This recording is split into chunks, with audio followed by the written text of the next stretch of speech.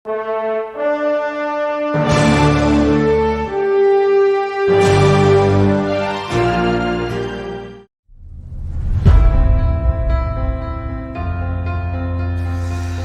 आज हम लोग टॉपिक चालू करने वाले हैं फ्रिक्शन।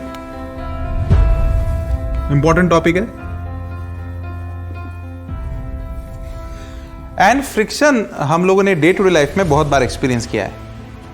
अगर तुम लोग कोई कैरम बोर्ड अगर खेल रहे हो और कैरम बोर्ड पे अगर किसी स्ट्राइकर को तुम लोग स्ट्राइक करते, तो क्या वो स्ट्राइकर लाइफ टाइम के लिए मोशन अपनी करता रहेगा क्या? नहीं, थोड़ी देर के बाद रुक जाएगा। अगर तुम लोग बाइसिकल के बारे में बात कर रहे हो तो बाइसिकल को अगर तुम लोगों ने कुछ पैडल मारा और थोड़ी देर के बाद तुम लोगों ने पैडलिंग छोड़ दी, तो क्या वो बाइसिकल इनफाइनाइट डिस्टेंस कवर करेगी क्या? नहीं।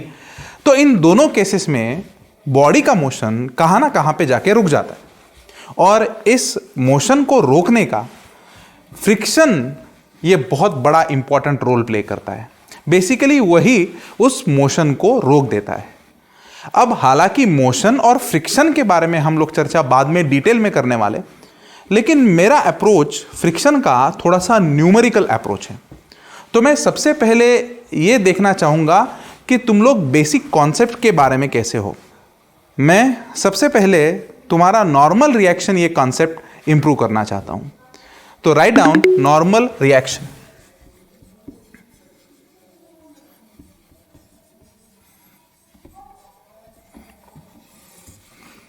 अब नॉर्मल रिएक्शन क्या होता है, तो एक एग्जांपल से हम लोग इसे समझते हैं। कंसीडर करो ये एक सरफेस है और इस सरफेस के ऊपर हम लोगों ने एक बॉडी रखी है जिसका मास m।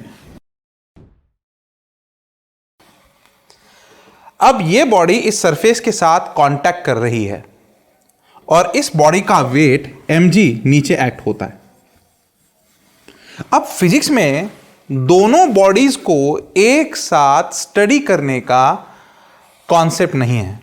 फिजिक्स में हम लोग हर एक इंडिविजुअल बॉडी को सेपरेट इमेजिन करते हैं। मतलब हम लोग ऐसा इमेजिन करते हैं, अभी यहां पे तुम लोग अगर देख पा रहे हो तो यहां पे बॉडी और सरफेस इन दोनों चीजों को देख पा रहे हो, लेकिन फिजिक्स में साइमल्टेनियसली दोनों बॉडीज नहीं सॉल्व करते।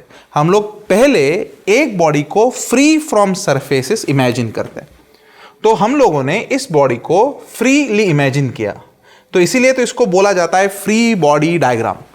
तो हम लोग उस बॉडी को कंप्लीटली फ्री इमेजिन करते हैं स्पेस में। अब फ्रीली इमेजिन करने के बाद यहां पे इस बॉडी का वेट तो इसके साथ आएगा mg।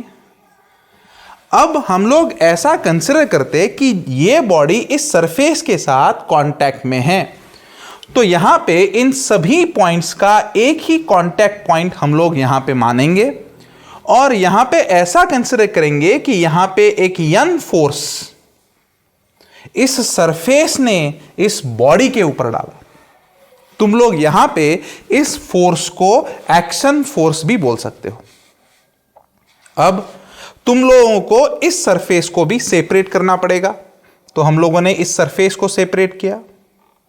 अब सरफेस को सेपरेट करने के बाद क्या हुआ, हम लोगों ने एक फोर्स यहां पे लिया है जो फोर्स सरफेस ने बॉडी के ऊपर डाला है, तो ऐसा ही फोर्स हमें सरफेस के ऊपर भी लेना पड़ेगा n।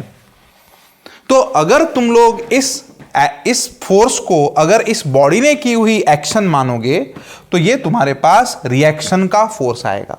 हम लोग जब फिजिक्स में फोर्सेस के बारे में बात करते हैं तो अगर इस फोर्स को तुम लोग कंसीडर करोगे एक्शन, तो ये फोर्स आ गया रिएक्शन, तो इसको बोला जाएगा रिएक्टिव फोर्स n। अब ये रिएक्टिव फोर्स कहां पे एक्ट होता है, तो इस रिएक्टिव फोर्स के सबसे इंपॉर्टेंट 4 पॉइंट्स हैं। 4 पॉइंट्स कौन कौन से, तो सबसे पहला पॉइंट तो तुम लोग कंसीडर करोगे जहां पे कांटेक्ट होगा वहां पे नॉर्मल रिएक्शन आएगा। जितने पॉइंट्स ऑफ कांटेक्ट उतनी नॉर्मल रिएक्शंस। जितने कितने भी पॉइंट्स ऑफ कांटेक्ट रहने दो, हर एक पॉइंट ऑफ कांटेक्ट के लिए तुम्हें एक नॉर्मल रिएक्शन दिखानी पड़ेगी। वो इक्वल होंगी कि नहीं होंगी वो इक्वेशंस पे डिपेंड करेगा। दूसरा, नॉर्मल रिएक्शंस जब भी दिखाएं तो वो हमेशा बॉडी को कॉम्प्रेस करने की कोशिश करेगा, बॉडी का साइज हमेशा कम करने की कोशिश करेगा। इसका मतलब यहां पे अगर तुम लोग नॉर्मल रिएक्शन देखो और मैं इस बॉडी के बारे में स्टडी कर रहा हूं, तो ये नॉर्मल रिएक्शन इस बॉडी का साइज कम करने की कोशिश कर रहा है, इसका मतलब इस बॉडी को कंप्रेस करने की कोशिश कर रहा है। अगर तुम लोग इस सरफेस के बारे में सोचो तो यहां पे भी ये नॉर्मल रिएक्शन इस सरफेस को दबाने की कोशिश कर रहा है, यहां पे इस सरफेस को कंप्रेस करने की कोशिश कर रहा है। तीसरा इंपॉर्टेंट पॉइंट है, नॉर्मल रिएक्शन फाइंड आउट करने के लिए फोर्स सरफेस की तरफ ज्यादा होना चाहिए। तो फोर्स टुवर्ड्स सरफेस लार्जर होना चाहिए।